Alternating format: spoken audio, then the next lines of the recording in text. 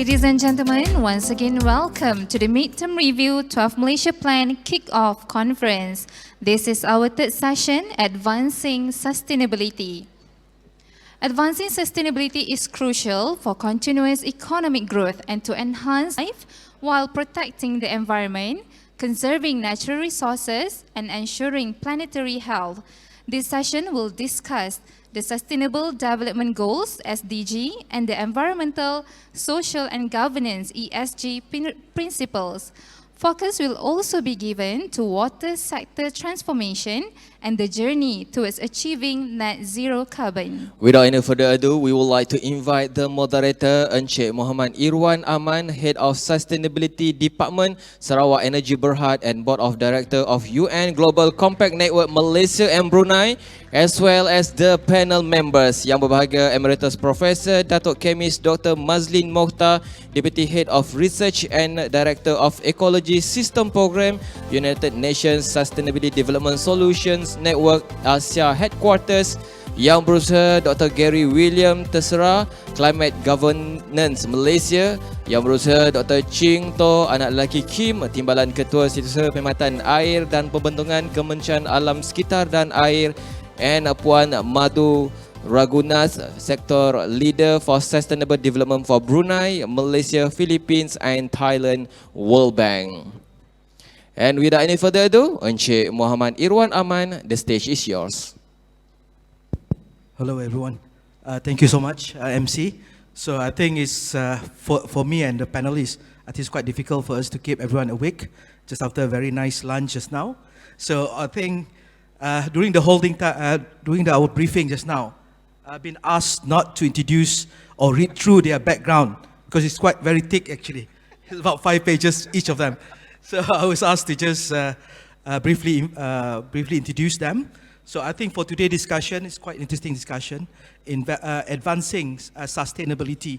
Sustainability become more and more mainstream now, from investment up to the corporate level, reporting and so on.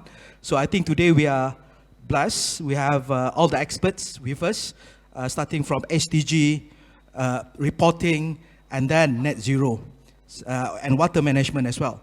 I think without further ado, I just would like to introduce briefly the panel.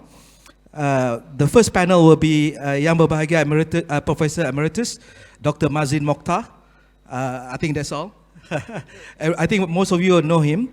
And then Yang Berbahagia Dr. 𝘜𝘠𝘠𝘪𝘵𝘦𝘥 from Climate Governance Malaysia. And then we have Yang Berbahagia Dr. 𝘜𝘠𝘠𝘠𝘪𝘶, anak lelaki Kim, Timbalan Ketua Setiausaha Perkhidmatan Air dan Pembentungan, previously KASA, but the new ministry, no one knows, I think. Doctor. Okay, and then last but not least, we have Madam Madu Ranugat, Sector Leaders for Sustainability Development for Brunei, Malaysia, Philippines and Thailand for World Bank. I think without further ado, I would like to invite Yang Berbahagia Prof. Emeritus Dr. Mazlin Mokhtar to deliver his presentation.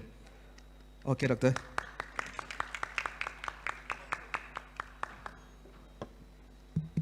Terima kasih kepada saudara moderator, saudara Mohamad Irwan, fellow panelists, Yang Berbahagia Datuk TKP, pengarah-pengarah kanan EPU, tetamu-tetamu kehormat, jemputan khas, tuan-tuan dan puan-puan. Distinguished guests, ladies and gentlemen. Assalamualaikum warahmatullahi taala wabarakatuh. Salam sejahtera. 9 minutes, 39 seconds left. SDG, why it matters? Oh, I can control from there. Yeah, takeaway messages. This morning until afternoon was indeed very good. Straight away, I followed the footsteps of the gentleman from Bank Islam. Takeaway messages first, the conclusion. We have to build back better. No one should be left behind. Build forward greener. Good governance must be there. ESG. This morning while coming over here, I heard from the BFM radio, one head of sustainability of a leading bank in Malaysia was specifically talking about ESG. Wonderful.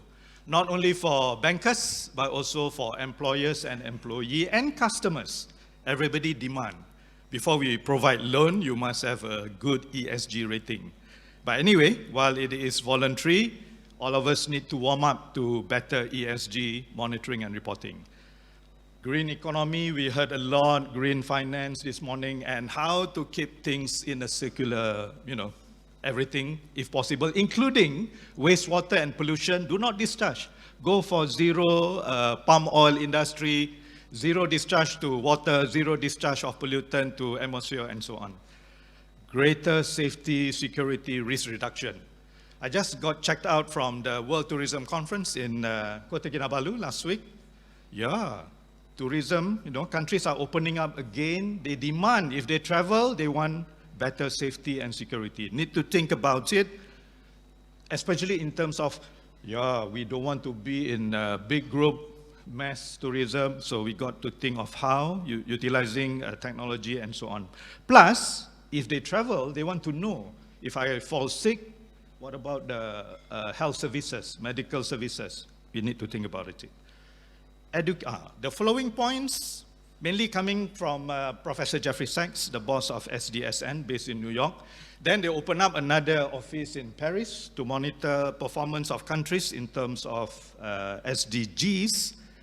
But listening to Professor Jeffrey Sachs, 17 November, at the Putra Graduate School, UPM, together with Tuan Cik Kodir in the same panel. You remember Cik Kodir? Jeffrey Sachs said, hey, countries, you have very good plan, blueprint, roadmaps, well done. But go to the nitty-gritty, what to do on the ground. Yeah, he encouraged us to have the longer plan, 20-year plan, which Malaysia and Malaysians, we do have that. Well done, congratulations, but the nitty-gritty on the ground, especially on these following aspects: education, capacity building, upskilling, reskilling, including we, government servants. I checked out from National University Kebangsaan Malaysia after 37 years.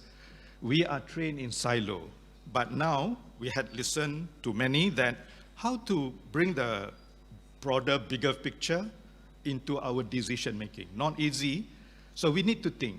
Pegawai EPU, maybe you have the advantage of being trained of the bigger picture, but I would like to throw a challenge, how to train the district officer, 171 of them in Malaysia, and 155 local authority. That is the challenge. Clean energy industrial system, I believe Dr. Gary will touch upon that. And net zero, Malaysia promised this, but Jeffrey Sachs says, think of how to do it better at the local level. Sustainable land use, agriculture, and forestry. He lumped this together like this.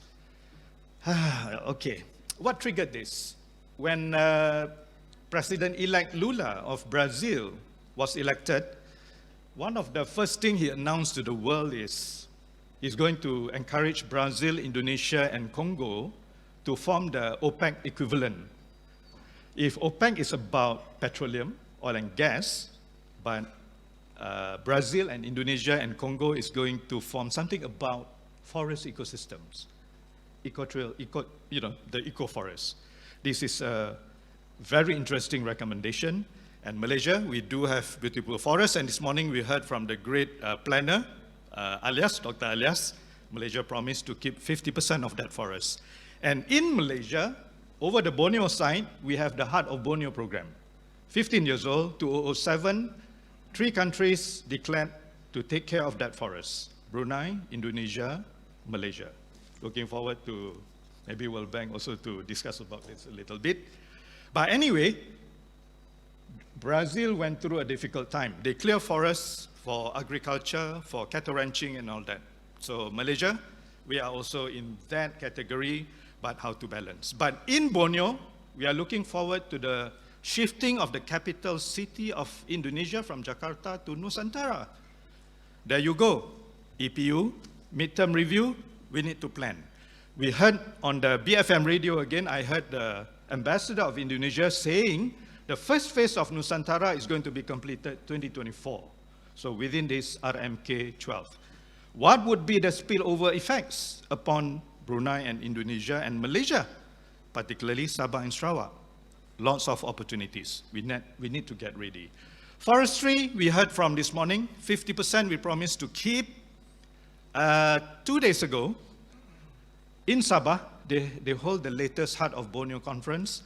Sabah Forestry Department launched the 3rd SPA, strategic plan of action about Heart of Borneo. They promised to keep 30% permanent forest reserve, which is good. But within the plan, how do you conserve and protect and get revenue for the state? I was talking to Dr. Gary, perhaps the best is nature-based tourism, ecotourism. So let's think about this. And states in Malaysia should learn and also think about this. Sabah is quite advanced in that.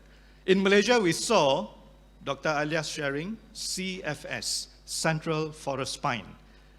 Google that, take a look. What are the forest complexes that Semenanjung Malaysia, Peninsula Malaysia, while we are developing, we are not disturbing the connectivity of ecological corridors for the wildlife. Urban infrastructure, livability, we heard a lot. Interesting question coming from our researchers from EPU. 85% is the capping for urban population in Malaysia.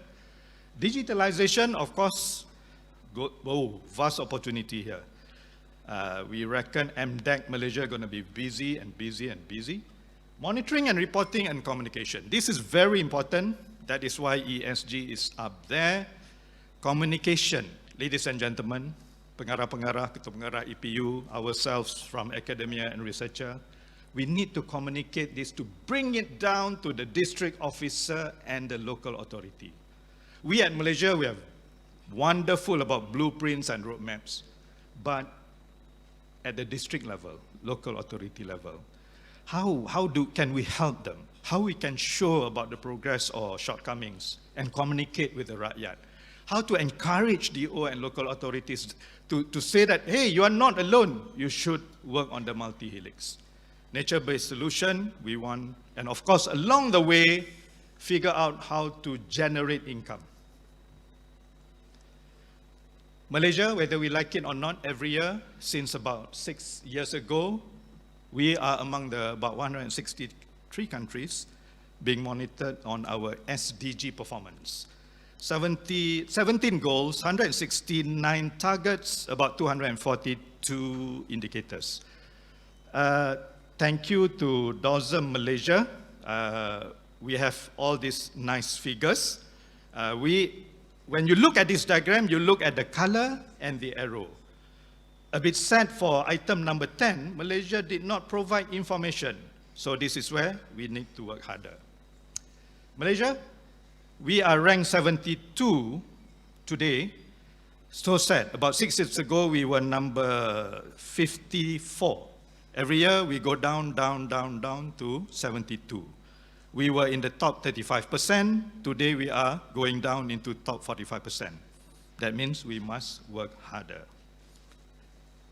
This is our ranking, ladies and gentlemen. Try to take a snapshot of this. It says a lot about our performance and our promise. 90 seconds. Saya pinjam 70 saat. Have a look at this. This is in Kampung Bombon, Marakau, the district of Ranau in Sabah last week.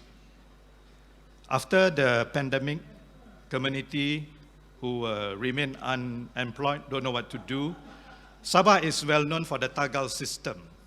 Certain stretches of the river, they are not allowed to catch fish and all that. But this is interesting to see some of the fish are not only the endemic species, but the koi. Koi was brought in from outside. But Alhamdulillah, the community communicated with fishery department and all that. But one thing good, with this sort of recreational activity, the kampung people managed to generate income especially for the youth. Very therapeutic, very so good. Preserving the quality of the river, bringing in good fish, bringing in good therapy for the people. So it is a tourist hotspot for now, about, I would say, 10 kilometers from the foot of Mount Kinabalu, the Taman Kinabalu, which is today the UNESCO triple count. UNESCO Global Geopark, UNESCO World Heritage, UNESCO Biosphere Reserve. Terima kasih banyak-banyak. Thank you. Thank you so much, Prof. Dato Mazlin. I think few keywords here. If we talk about sustainability, it cut across all topics or all subjects. In corporate, we like to call it function. Should be a holistic, integrated, and long-term perspective. Dato mentioned about ESG just now, about good governance as well. Having roadmap is good, but what count is basically what be implemented on the ground. I think that's the key word from Dato. Thank you so much, Dato. So we would like to move to the second presenter, which is Dr. Gary Teixeira. He will be talking about reporting. Oops. Dr. Gary will be talking about ESG reporting, facilitating corporate climate resilience and improved sustainability. The floor is yours, Dr. Gary. Thank you. Terima kasih. Thank you very much. Yang berbahagia Tan Sri, Datuk-Datuk, tuan-tuan dan puan-puan yang saya hormati sekalian.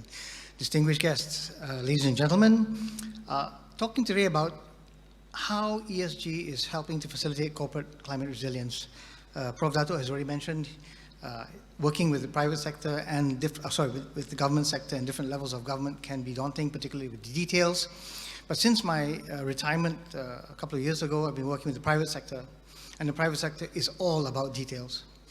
And that's what's enabling them to move very, very quickly in this area of ESG. Now, why is the private sector worried about this now? I've got 10 minutes, so it's going to be very, very quick, okay? Talk about the scale of global impacts, climate change, why it matters to the private sector and private corporations, how they are all being impacted by climate change, not only through domestic, but also through the entire value chain, supply chain. Talk about risks and exposure, how they are going to be impacted, and how it will manifest itself in terms of uncertainties and costs. And finally, what are some of the tools, frameworks, platforms, regulations that are helping to facilitate this process. Now, finally, how it's going to all pull together in a closing slide to bring together the ESG as well as the sustainability. Now, this is why corporations are worried. This is, of course, the first 2 decades since the millennium, since 2000 to 2020. The average damage due to weather-related disasters is about $200 billion. That's the pink area underneath. The first decade of this period, 3 out of the 10 years, they exceeded the $200 billion mark. The second decade, 7 out of the 10 years, exceeded a value of $200 billion. Now, the question is, what have 2021 and 2022 looked like? Well, I don't have to talk about 2021. We all know what's been happening. We had a killer heat wave in western United States, floods in China, and a country with one of the most robust infrastructure in the world, Germany, reduced to, like toy cars and, Lego blocks. All right, this is the scale of the damage that we're looking at. So what did it look like in the end? $329 billion of damage, increase of 50% over the average over the first 2 decades. What about 2022? This year, it's already been bad. On the dry side, we have no risotto because there's no water flowing in the Po Valley to grow rice. The lower picture and the upper picture show the comparison between the 2 years. Driest UK since 1911, driest Yangtze River level since 1865. Flip from deficits to excesses. Worst eastern floods in Australia. You see where the river is supposed to be, you see where the river is. In Bangladesh, you also see where the river is supposed to be, but the river is going all the way to the horizon. All right? And then, of course, we had Pakistan. Now, we don't really appreciate the scale of Pakistan. We hear the numbers. 33 million displaced. That's the population of Malaysia. What did it look like? This is the satellite photograph, that's the image. What's the scale? Hyderabad is close to the bottom there. That's the scale. Ipoh to Johor Bahru. So imagine if that happened in Malaysia, what would be the impact to a country like ours in terms of the economy, all right? So individual businesses affected in different ways. Of course, you have the physical impacts on the left side. And then you have the investors wondering, where should I put my money? Why should I put my money in your business? Is your business exposed in any way? What does your supply chain look like? Where are you getting your raw materials? Do you require grains like wheat? Where does your wheat grow? Are you buying only from Europe? Do you need to diversify and buy from Australia and the Ukraine and Europe? How is your supply chain exposed? Okay. where does your tofu come from? Where is your tofu going? We buy soybeans to make tofu. We export it all the way to Europe. We export it all the way to Canada. All right, are we ever going to lose that market? Well, is your tofu going to ever have too high of a carbon footprint? Is your tofu going to change in cost because maybe the supply from China is less? Okay, so throughout all of this, the essential part of the ecosystem is the regulations and the policies. So of course we do have regulations in this country coming out from the central bank regarding disclosure for companies, regarding the need to assess the different types of economic activities. Of course, we have the VBIAF for Sharia or Islamic banking, but now we also have the CCPT, the Climate Change Principles-Based Taxonomy, when all applications for loans are going to be assessed in terms of whether they are climate positive, climate negative, environment positive or negative, or whether they take remedial action to address any climate negative impacts.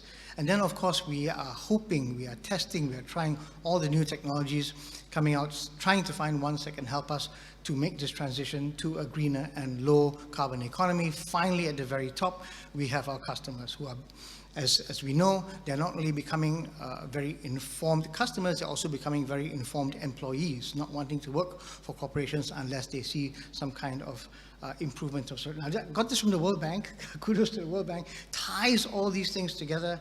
Apparently, there is a laser pointer. No, it's too dim. But very clearly, you see the climate impacts on the bottom, pushing up the climate impacts, and then you have the adaptation needs on the side. If you do not adapt, then any mitigation measure that you undertake is going to be swamped. Okay? Buy a hybrid vehicle, it gets flooded in a parking lot, right? Buy solar panels, they get caught in a windstorm, they get caught in a lightning storm, they're damaged. The first thing you have is more emissions. The first thing you have is costs that you've already sunk from which you're not getting any return, which immediately call for more costs. Moving to the top, you have climate policies on the left, not just domestic, international as well. You have trade policies on the other side. Also, things like border carbon adjustments, things like bans, things like caps on imports. When will we move from producing normal biodiesel to hydrotreated vegetable oil, the drop-in second-generation fuels? When are we going to get into using our organic wastes to produce feed instead of importing corn and soybean meal from Brazil, from Argentina, right? So we can think about what's going on right now with the development of platforms, standards, tools. The GHG protocol platform, everybody, it's a tool. Everybody knows scope 1, scope 2, scope 3 now. Everybody understands. Scope 1 is direct emissions. Scope 2 is purchased energy, whether it's heating, whether it's cooling, steam. You know, the idea is now, after taking care of scope 1, how can I take care of scope 2? How can we get our financing institutions talking to our utilities, our independent power producers, to begin looking at the current portfolio of loans out there, okay, to begin injecting biogas into coal-fired power plants so that you have the caloric content without the carbon content, right? The principles-based taxonomy, I already mentioned this. Any loans coming in seeking CapEx, seeking OpEx is going to be subject to this taxonomy. Banks are already boning up on it. It's going to be a very simple process to begin moving the economy using these preferential types of sticks and carrots, better terms, better loan interest rates, longer periods. All these things can be adjusted and pushed in the right direction.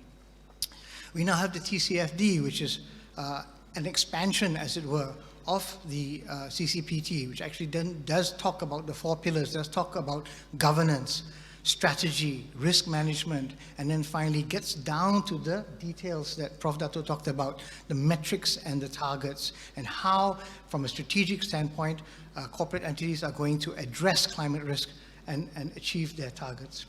And finally, we've also seen this expansion and the focus more on some of the nature-based solutions. So we now have the TNFD, which is like the TCFD, but more focused on natural capital. The idea that all ecosystems provide services regardless of whether they are forest ecosystems, marine ecosystems, suburban, urban ecosystems.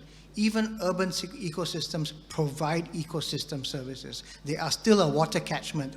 They still provide services that can actually be harnessed.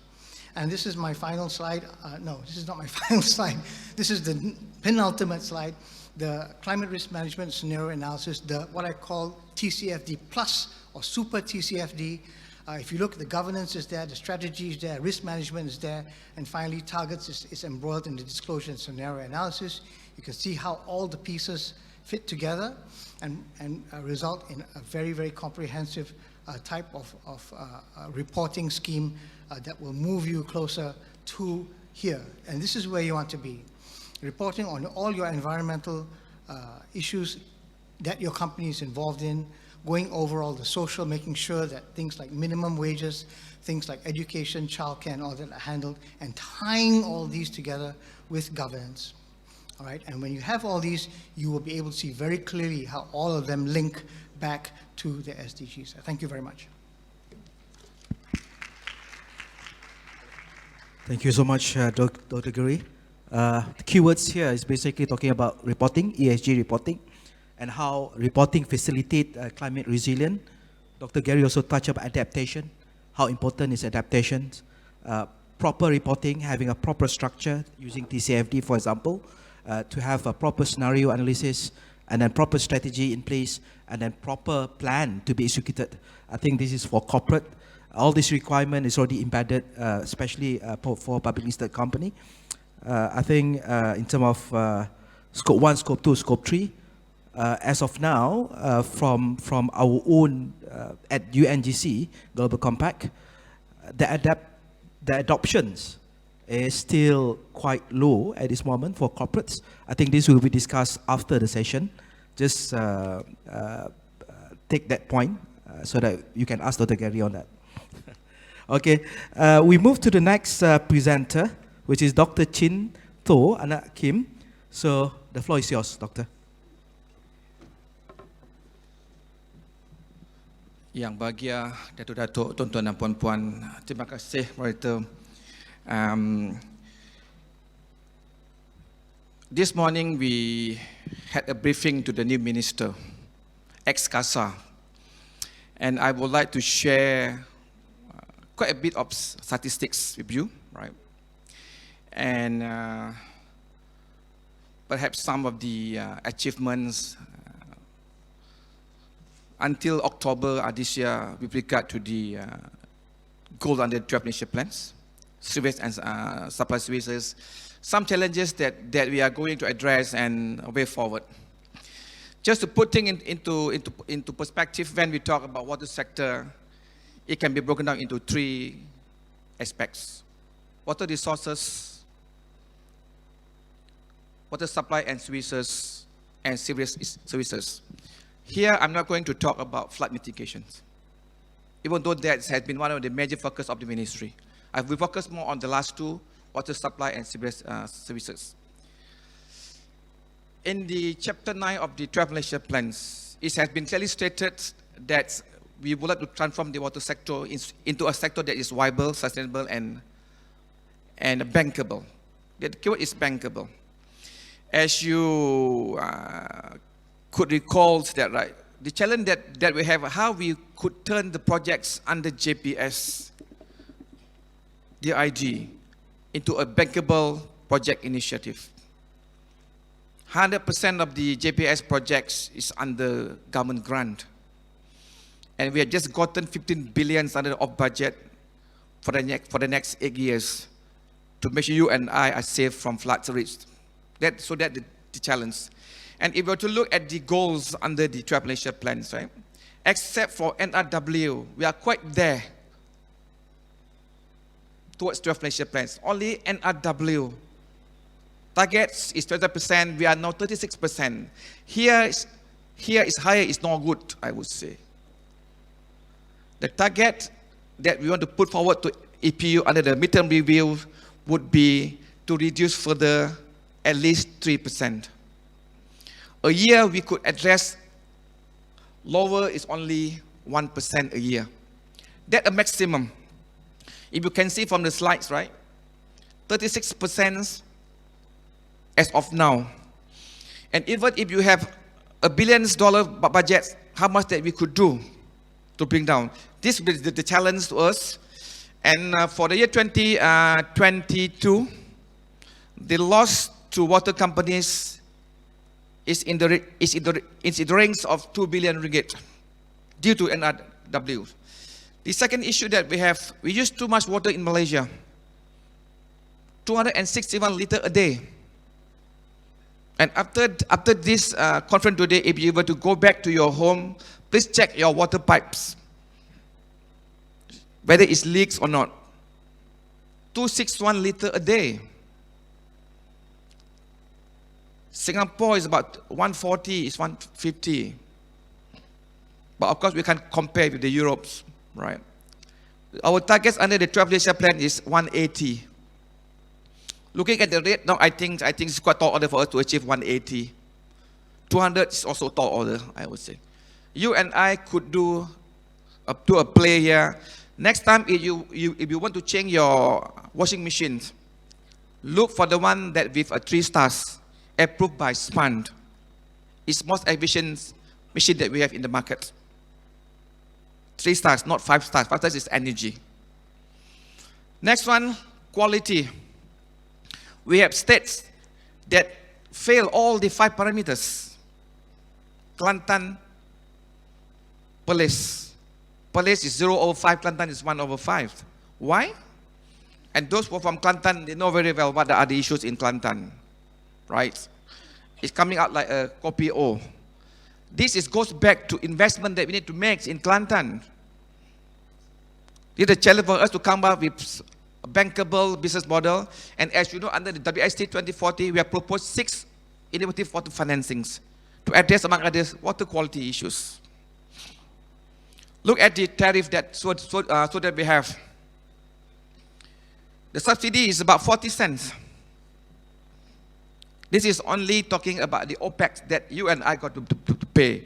But if we were to plus the CAPEX by the government, the rate, the cost, it could be 250 or even 3 ringgit. And that is the rate that you pay for a family of 4, at least.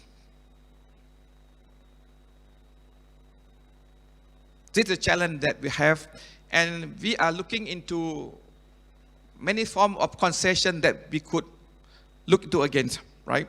If a company could come in and would like to run a concession for a particular state, is why not? If that does not involve investment from state government, we have SPAN is there to regulate them. Those days, we don't have SPANs. No SPAN is there to regulate. It's why not? This is something that we have to put forward in the 12 Malaysia plans. Look at the sewerage site. 8 ringgit per family. And just for information, Ida Water is depending on a subsidy from MOF, close to 200 million a year, just to pay for the OPEX. And for those who have not paid the bill yet, please do so for the sake of environment. Right. And this also is family of 4. I'm not promoting in the water, right?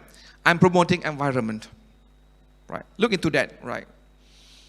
And just for your mission, right? For sewerage capex, we invest a lot of money. Just look at the Pantai 2 sewage treatment plant. More than 1 billion ringgit pumped into that. The Langat CSTP, those who are living in the Langat area, the Kajang area, 1.6 billion capex. And 8 ringgit is just to pay for the OPEX of inner water. And for some who believe that if I flush my toilet, everything goes, it means that the system working very well. But if you don't pay technically, we can choke your system. That will be the last resort that they will take. That is right. Look at the circular economy. This is what we want to do under the 12 Malaysia plan. We will go quite a big scale on water reclamation. We would like to turn the sewerage water into something usable. In the water has signed 2 agreements with Selangor and Melaka to convert that water into something usable for the non-potable applications, mainly for the glove industry. Selangor and Melaka. We want to use the sludge produced by sewage treatment plant into something that we could turn into a fertilizer, for example. Biosolid. And on biogas, if you go to Pantai treatment plant, we have 4 big digester that we could harvest easily biogas. But the problem is that we don't have enough the input to generate the biogas yet. Not enough flow coming to the sewage treatment plant. On the policy challenges, policy fragmented, we are still very much discussing about the role of state government versus the role of federal government. Water resources, water supply, and sewerage. And one of the big things that we are going to embark on is putting up a water grid. But again, the challenge would be to get the state to agree on that initiative. It's financials. On the capex, is being borne 100% by DE, federal government, right? How we could come in to bring more private investment. And here we would like to seek the advice from World Bank, right? How we want to make sure that we could turn source works into something which is bankable. If we were to talk to our colleagues from JPS, 100% the projects are being funded by DE. That's the challenge for us. Aging infrastructure. You know very well the leak pipes that today we have, right? And for indoor water infrastructure, 50% of their assets is more than 20 years. It's waiting for time to break, to leaks. And to invest in that is require a lot of investment.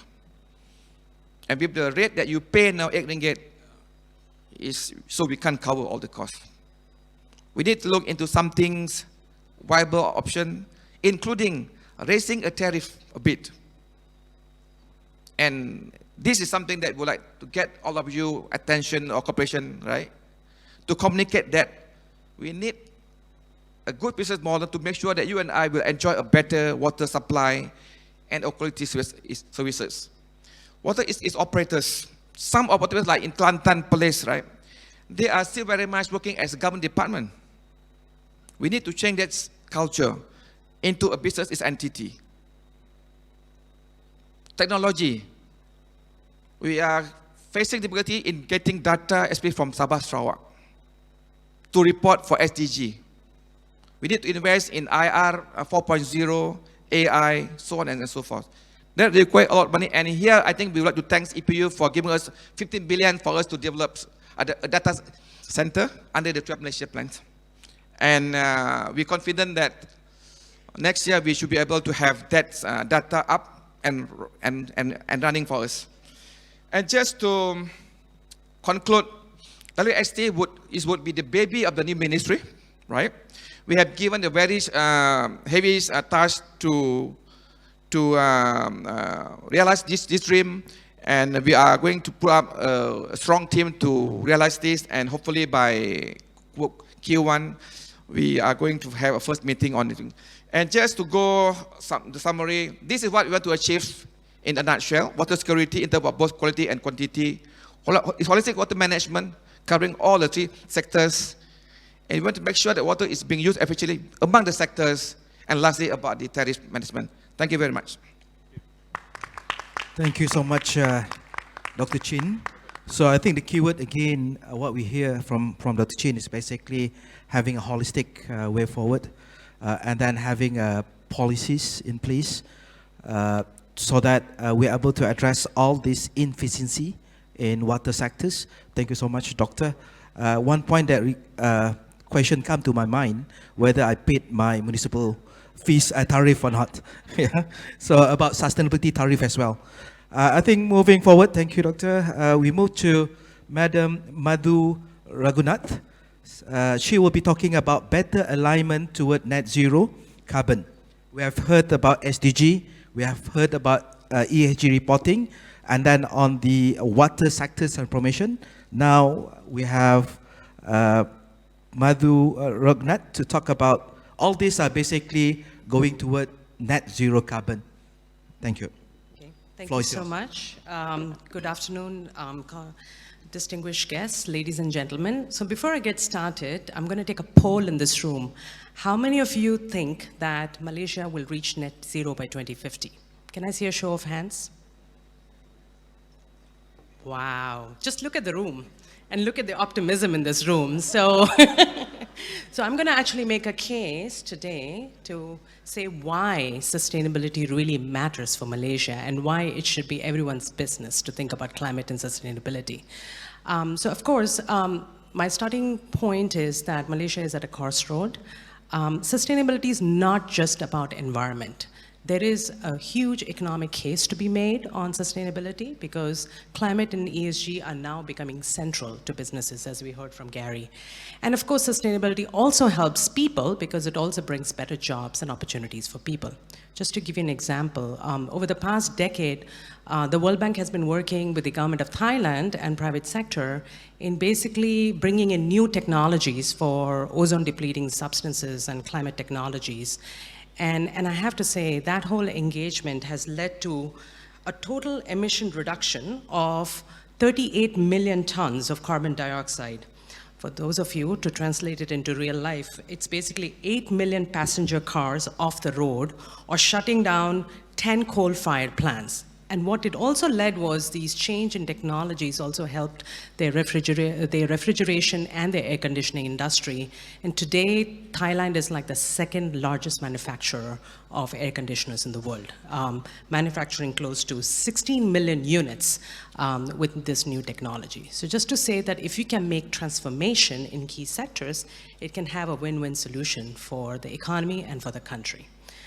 And picking up on what Gary also mentioned, we are starting to see a real increase in the intensity of climate events. Just look at the case of Malaysia.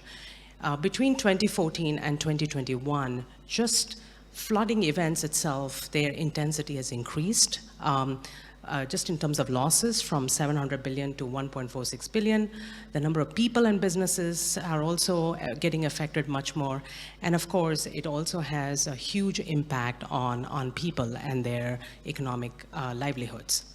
Now, we also know that the per capita GHG emission intensity, in terms of per capita GHG emission intensity, Malaysia is one of the highest in the region.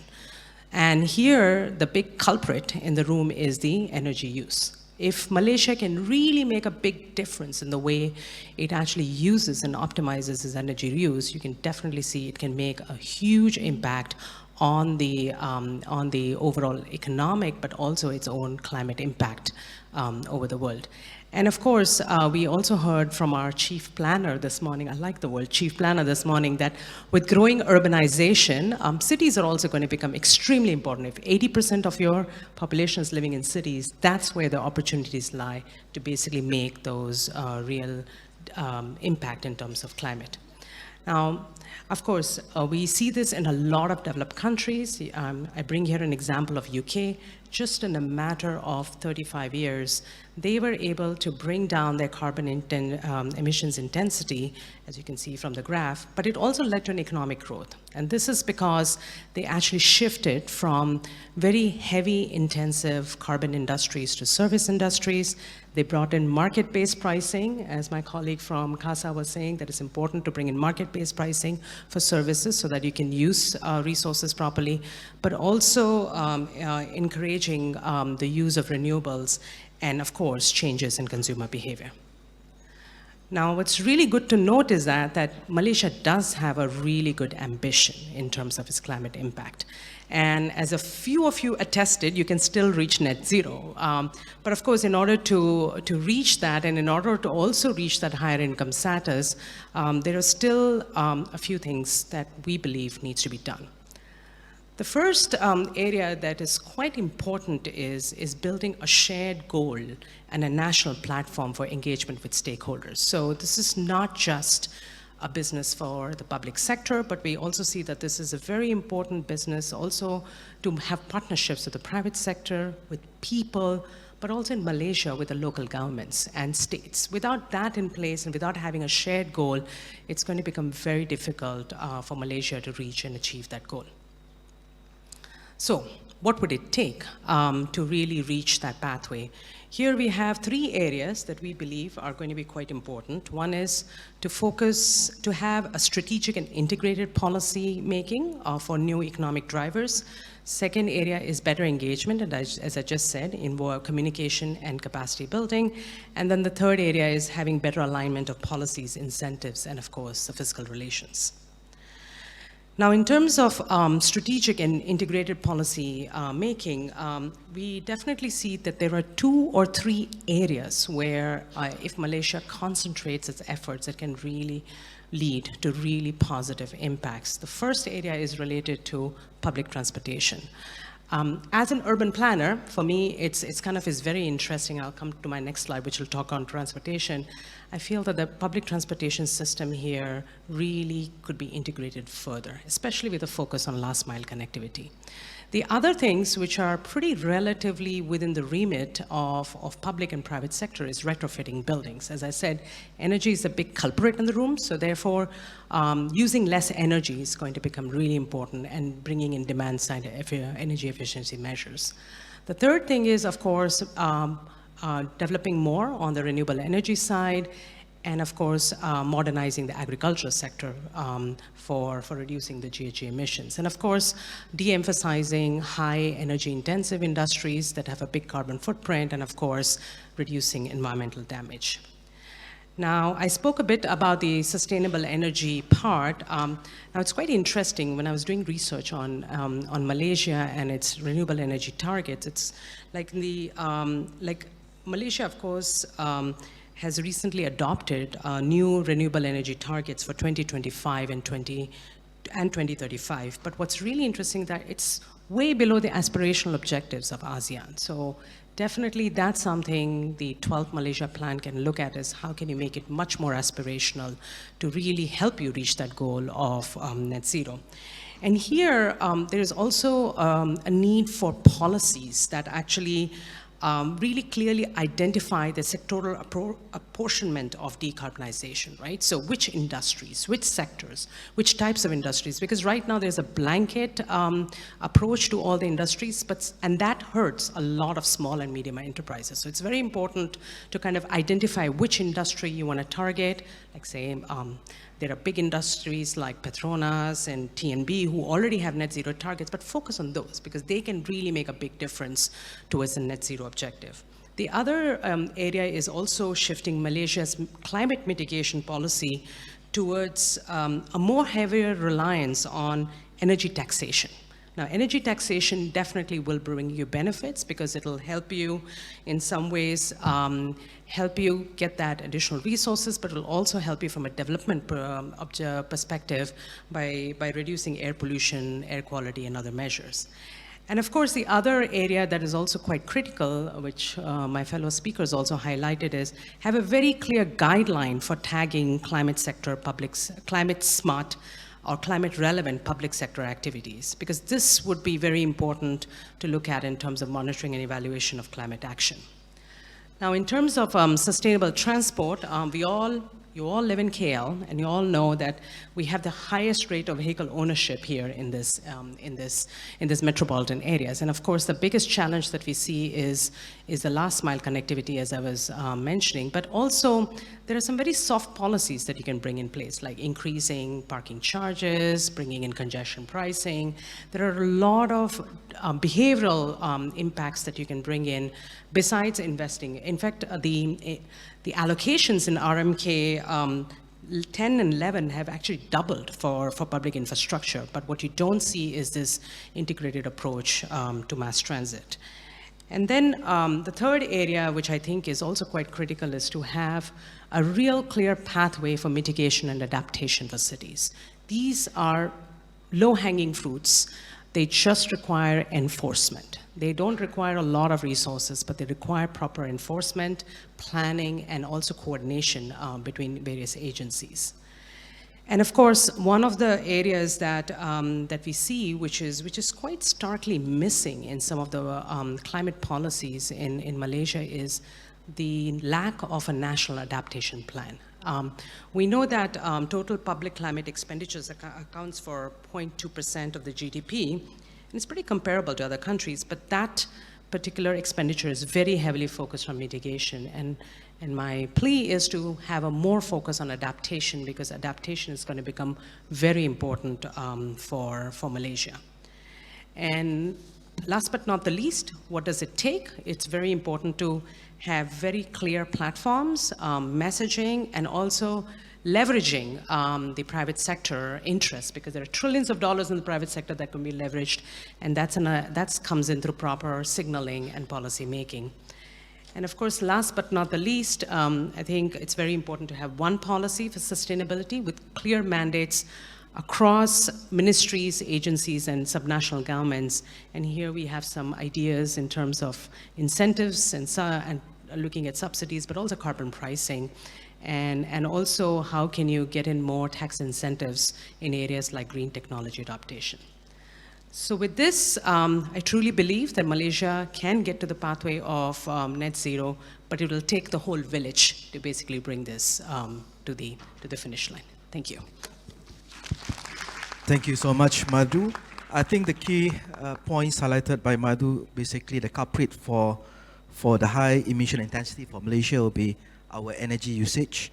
And then in order for us to achieve high income status, basically how we're going to detach from the fossil fuel, basically, how we're going to reduce our emissions.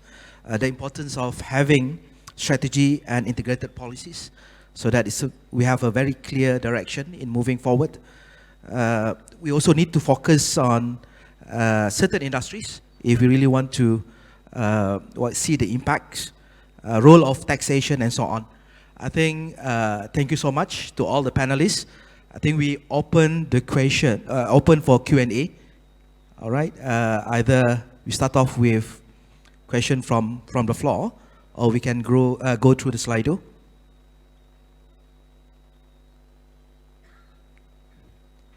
Any question? We have all the experts here, and the job for moderator is quite simple. Just divert the question, or redirect the question to the experts. Any question from the floor? Or everything very clear? Precise messaging.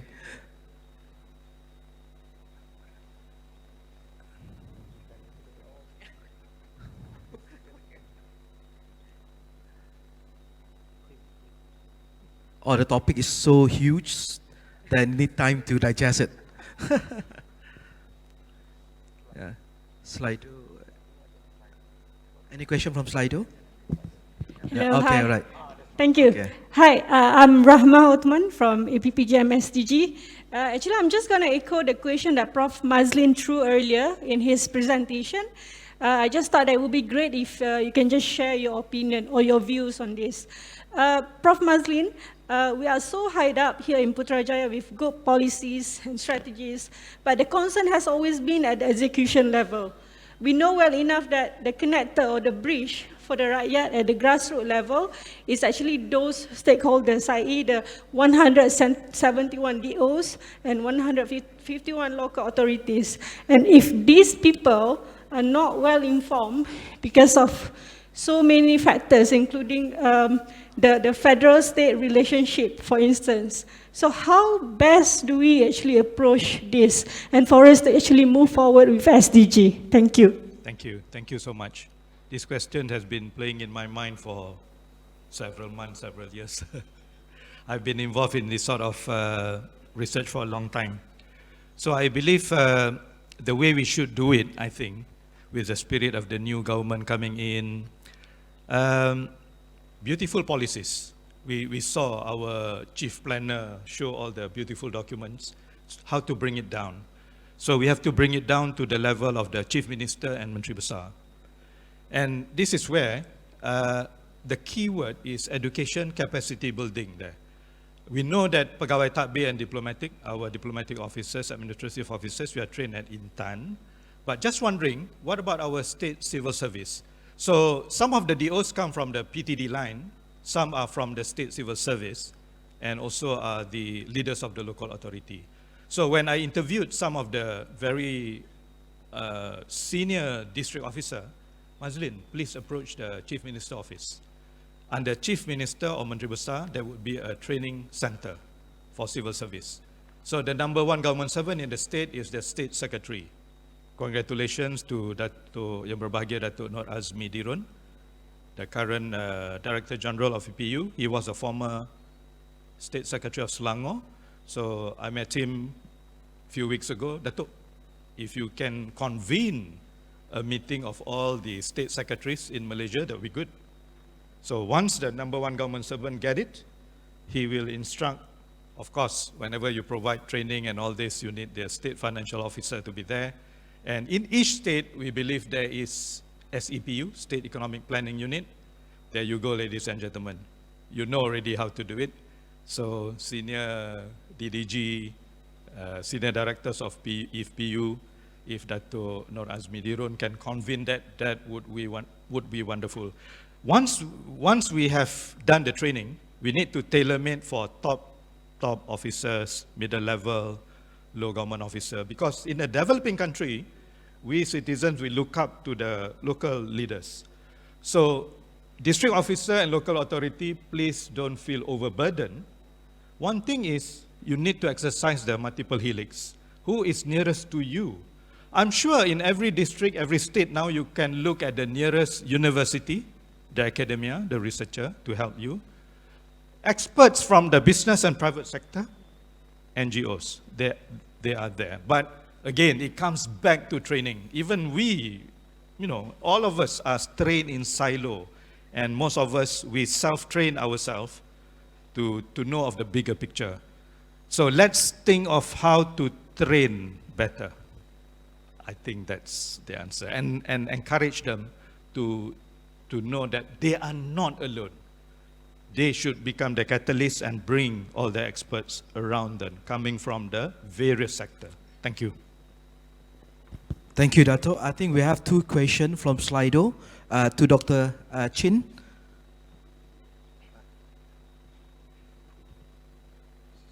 Okay, basic. Okay, Gana. Okay, the question number one is about joint billing between water and sewerage. We have started the first joint billing initiative in Labuan Island, 2016. While Labuan Island, the water company and Indah Water both are under the federal control and easy to do that. Okay. We have also expanded this initiative into Terengganu, 2021 with Terengganu. Indah Water and Satu, the state water company. Question number two, what are the biggest contribution to the water quality? But of course, it's pollution. As you are aware, what happened in Sungai Gong in Selangor, Sungai Semenyih in Selangor, is pollution from illegal factory. But again, just DOE under CASA could act on after pollutions. But if we could tackle the root cause of the pollutions, not allowing factory to be established within the reserve of the river, that is the way forward. The pollution. Under the Act 655, we have quite a severe penalty for pollution of water source, a death penalty. Section is 121, right? We have not exercised that clause yet. But again, here, right, I think we ought to, as Prof said, communication is important thing, right? We ought to communicate to the people, right? Not to take rivers as your silver. That is your life, actually, right? That's why we have embarked on what we call it National River Trails, to bring people to the river, to love the river as a water source. And this is what you and I could assist us, to be the eyes and the ears of the government, to make sure that we don't pollute our water source. Thank you, Dr. Chin. Any other question from the floor? So, key takeaway, we must love our river. That's our life, basically, to everyone. Yep. Yeah, thank you for that idea. So one thing about dashboard, if SDG is sort of a dashboard of our performance at the state level, country level, global level. Imagine that if we are a DO, if we were a DO, anyway, you know the English. We need a dashboard. So that's why at SDS and Asia, we are planning a dashboard at the state level. So inshallah, EPU and SDSN, we can work together to refine this so that Menteri Besar and Chief Minister also can know the performance at the state level. And in future, we need bright, researcher and experts to build a dashboard, even at the local level, city level. Yeah, that's the way. So yeah, communication is key. Part of that communication, you must know the status of what's happening at the local level. Thank you. Thank you, Dato. We have 2 minutes for a question. We have 2 questions from Slido. So basically, assuming the 4.0 plan achieve 50% green coverage by 2030, how soon do you think Malaysia can monetize this forest through carbon trading? If so, how? I think we can start off with Dr. Gary on this one. Doctor? Right. Second question, can advanced country offer open source cheaper technology to developing countries for transition since that is the main obstacle? All right. I open to other panelists to answer the second question. Let's start with you, Dr. Gary, for the first question. Thank you. I'm a little bit confused about the question simply because we're already at greater than 50%. And the DASA, the forest policy actually does call for maintenance of this. Now, carbon trading is about, it's very complicated if you're talking about offsets versus if you're talking about things like conservation credits. That's why under the Malaysia Forest Fund, we have 2 types of credits, the forest conservation credits, the FCCs, and the FCOs, forest carbon offsets. Now, if you're going to offset anything, it needs to be sequestered in an additional manner, which means it cannot happen as a consequence of natural occurrence, business as usual. If something's going to happen anyway, you cannot take any kind of credit for the sequestration. For example, if mangroves expand at a rate of 2% per year, you cannot take that 2% and claim that it is yours. You have to do something, you have to intervene to kick that 2% up to 5%, and then you can take credit for the 3% that you've implemented and had your actual intervention result in. So additionality is a major stumbling block even for many people to understand how forest carbon or any other kind of carbon offsets have to work. And that is only one measure of additionality. Additionality has to demonstrate also that there are social barriers, there are practice barriers, there are technological barriers, and that overcoming these barriers will only be possible through the sale of those credits. If something is bankable, it's not additional immediately. That's why solar is no longer generating carbon credits. It's bankable, it's profitable even, not even bankable, it's profitable.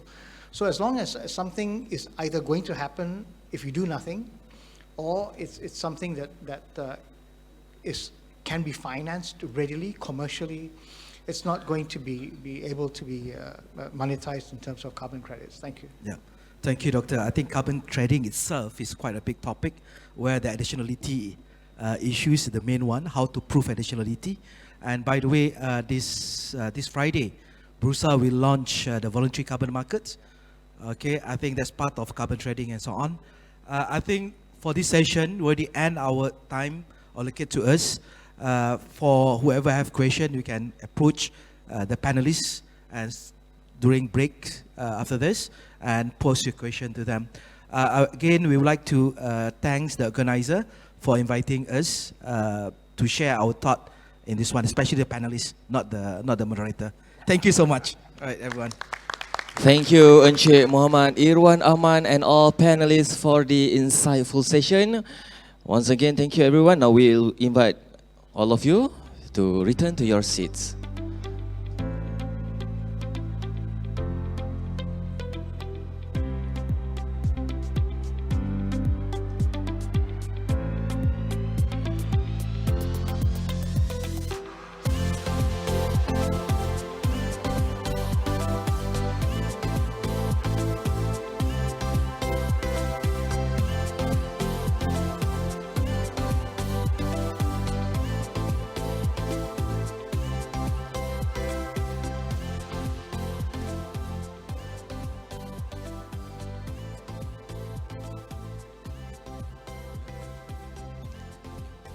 Ladies and gentlemen, please be informed that a running coffee is provided at the foyer. Please feel free to have a cup of coffee while listening to our last session today, reinforcing enablers for growth and development.